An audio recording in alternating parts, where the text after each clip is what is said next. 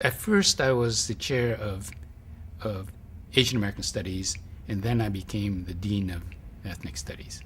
What had happened is the first year, Hayakawa had put in his choices of administrator, who was kind of a liberal in the administration, political science, and but even as a liberal, he was resented by the ethnic studies faculty because he was imposed by Hayakawa.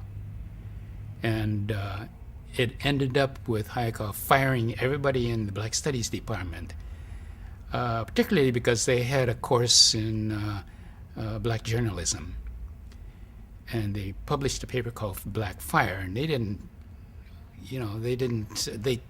said what they believed about Hayakawa, and it was not very complimentary.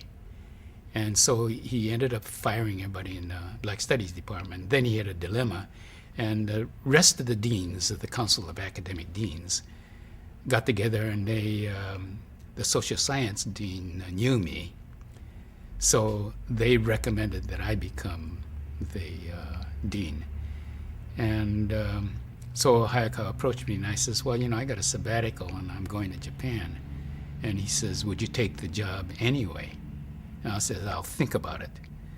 Well, when he was away to Japan, I agreed with the vice president that I would take the job. But first I needed to have a deal with the rest of the Black Studies and the La Raza and the Native American, and I wanted to have a clear understanding of what I was going to do. And, my take on the whole thing was to protect the development of all the departments independently as much as possible. But I told them that they had to protect my position because I have to interact with the administration. Then I made the same kind of a deal with the vice president, who I knew personally, who was one of the undergraduate students at University of Washington, when Gordon was a graduate student. So I had that sort of kinship tie. And when I came to San Francisco State, they sort of looked out after me.